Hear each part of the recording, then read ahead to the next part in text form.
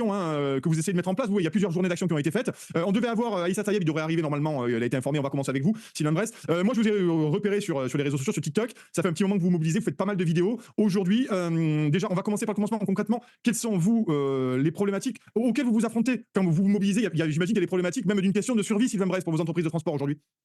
Ouais, c'est plus qu'une question de survie. Ouais. Enfin, sur 2023, on a eu 2300 entreprises qui ont mis la clé sous la porte. Mmh. C'est du jamais vu depuis 30 ans. Ouais.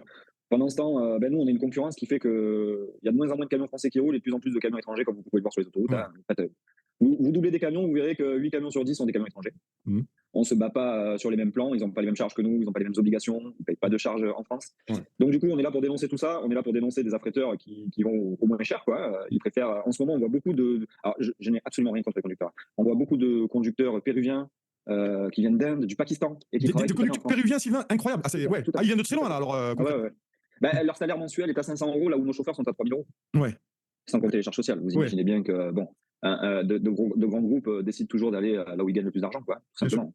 Sylvain Bress, merci d'être là ce matin et c'est toujours bien. Et on va avoir, je suis sûr, plein de questions sur vous, sur votre profession et vos mobilisations. Comment ça se passe concrètement qu'un chauffeur péruvien puisse à un moment donné, j'imagine, rouler sur les routes européennes, de l'Union européenne, en France aussi, dans d'autres pays. Finalement, comment c'est possible? Vous l'avez dit, bon, il y a un désir de rentabilité, mais de là à faire venir ou que les chauffeurs péruviens viennent sur notre sol, là, c'est la mondialisation, mais version sanglante, quoi. Version sanglante. Hein. Pour vous expliquer de manière très simple, Ouais. à l'heure actuelle, on a des grands groupes européens qui décident d'ouvrir des filiales un peu partout dans le monde. Et ils ouvrent des cabinets de recrutement et ils recrutent directement des personnes sur les sites là où ils s'implantent, comme au Kurdistan, en Inde, au Pakistan. Ils ouvrent des cabinets de recrutement et ils font venir les conducteurs sur le sol européen. D'accord. Tout simplement. Voilà. Et ils les payent aux charges du pays dont ils sont affiliés. Bien évidemment, sinon c'est pas drôle. Ouais. Et c'est parce que c'est tout le bonheur de l'Union européenne où il n'y a aucune harmonisation du contrat social, en fait, des normes sociales. C'est ça qui est bien, parce qu'on nous avait vendu l'harmonisation et finalement le libre-échange est toujours fait sur la réglementation du pays qui emploie un chauffeur. Si j'ai bien compris, c'est ça. C'est exactement ça. Même au sein de l'Union européenne, le nivellement qui devait normalement être créé via un nivellement par le haut grâce à l'Europe est en train de faire l'inverse, c'est-à-dire qu'on nivelle par le bas. À l'heure actuelle, sans être vraiment contre les conducteurs, on a énormément de salariés des pays de l'Est, du Pakistan, de l'Inde, de Chine qui sont en train d'arriver. On les voit sur les routes, on a pu faire des vidéos, on a pu le prouver réellement. Et ces conducteurs-là, ce sont les nouveaux esclaves modernes.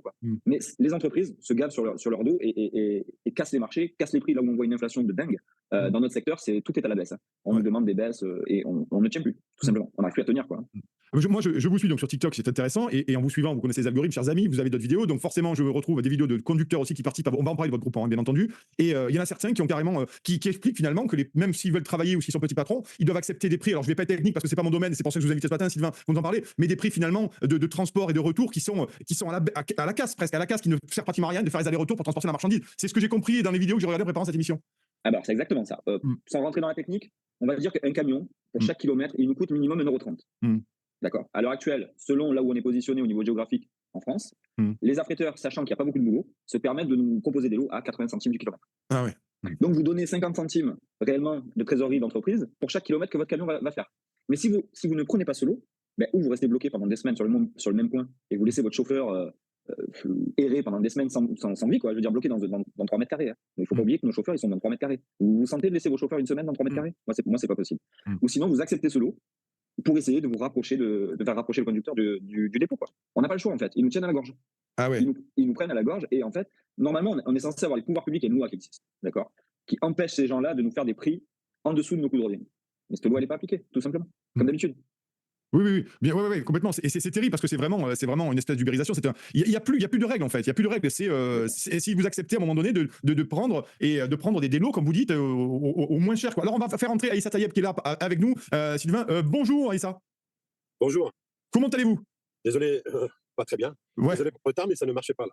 C'est pas grave, ne vous inquiétez pas. En plus, vous êtes dans votre camion, je le vois. Donc, très bien. En tout cas, merci de prendre ce temps. On sait que la situation n'est pas facile pour vous. On a bien sûr Sylvain Bress avec nous. On va lui redonner la parole. Je voulais vraiment vous avoir, messieurs, ce matin. Voilà, la question, je vais poser la même à Sylvain Bress. C'est-à-dire que, quelle est votre situation aujourd'hui, vous, Aïssa Tayeb? Alors, nous, je vous présente parce qu'il faut quand même savoir, vous avez vous êtes président de la société TR Express, pareil, depuis 87. Donc, ça fait un petit moment que vous êtes sur les routes, Aïssa Tayeb. Vous n'êtes pas un jeune premier aujourd'hui. Quelle est la situation pour vous et comment ça a évolué? On a l'impression que ça a évolué dans le mauvais sens en ce moment pour vous, que vous êtes à... La situation, elle est catastrophique. Mais pas que pour moi, c'est pour tout le monde. Ouais. Moi, j'ai bouffé toute la trésorerie. Et là, je commence à me poser des questions parce qu'on n'obtient pas d'aide. Bien au contraire, on est en train de nous tuer petit à petit. Les charges sont énormes, le carburant, c'est énorme. Les clients payent de moins en moins bien. Et les pays de l'Est nous font beaucoup de mal. Ouais, c'est-à-dire que la trésorerie, au niveau trésorerie, c'est-à-dire que comme disait Sylvain Bresse, que nous avons, qui est encore là, à qui je vais donner la parole, finalement, vous devez accepter aujourd'hui les courses et les chargements à des prix totalement cassés, ce qui vous met dedans pour parler vulgairement. Hein. Exactement. Bon, il y a parfois, on est même obligé de laisser les camions à ne pas tourner, hein, parce que si c'est pour aller bouffer de l'argent, c'est pas la peine. C'est pas la peine. Donc là, moi, j'essaye de m'en sortir en travaillant de plus en plus. Mais bon, ça fait 30 ans que ça dure. Il y en a ras-le-bol. Il y en a ras-le-bol.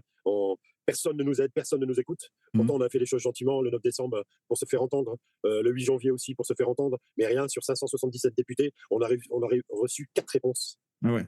Donc le gouvernement s'en fout. On a l'impression que la France, elle s'en fout de ses citoyens. Quoi. On n'en peut plus. On n'en peut plus. Ouais, c'est une vraie question aujourd'hui, c'est un vrai problème incroyable. Là-dessus, je vous donne la question et après on va aller en alternant avec Sylvain Bresse aussi. Ce qui est fou, c'est que c'est le pouvoir public, vous le dites, le gouvernement s'en moque et vous êtes livré au libre-échange, on en parlait avec Sylvain Bresse, et que c'est quoi finalement pour vous, Aïssa Taïeb? C'est parce qu'ils ne connaissent pas le secteur, ils ne connaissent pas vos difficultés, ou alors je parle du gouvernement, ou alors pire, finalement, le libre-échange imposé par l'Union européenne est aussi une stratégie politique, ou du moins une vision politique, dans laquelle vous ne faites pas partie, Aïssa Taïeb, dans laquelle vous ne faites pas partie. C'est une question, hein, c'est une question ouverte. Hein. Tout à fait. Moi, j'ai une petite PME, hein, je fais travailler une cinquantaine de personnes, et pour moi, je nourris une cinquantaine de familles. Ouais. Aujourd'hui, on a l'impression que notre gouvernement n'est plus à l'écoute de personne. On a l'impression que tout ça, c'est des complots, on veut tuer tout le monde. Vous vous rendez compte, l'année dernière, 2300 entreprises ont coulé. Je ne peux pas vous donner le nombre de salariés, mais imaginez sur 2300 entreprises fermées, carrément fermées. Normalement, on est là pour ramener du boulot.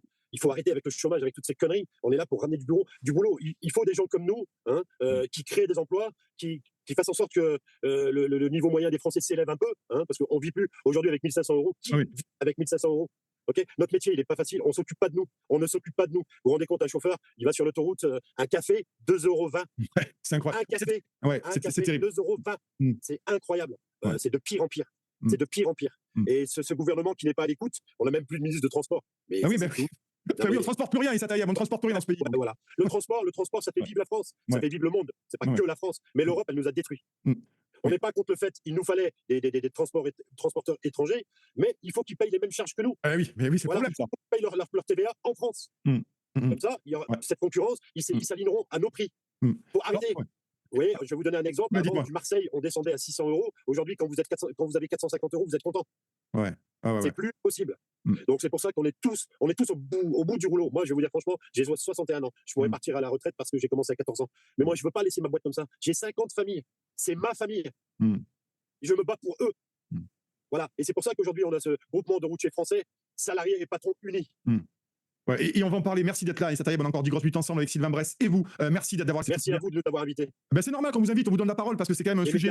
Merci à vous de nous avoir invités parce que les médias font le sourd. Vous voyez, moi j'ai fait une interview sur BFM, l'interview elle a été coupée, je ne sais pas pourquoi, mais on est en train de se plaindre. On se plaint pourquoi? Pour la vie de tout le monde. Parce que c'est de pire en pire. Alors on va en parler.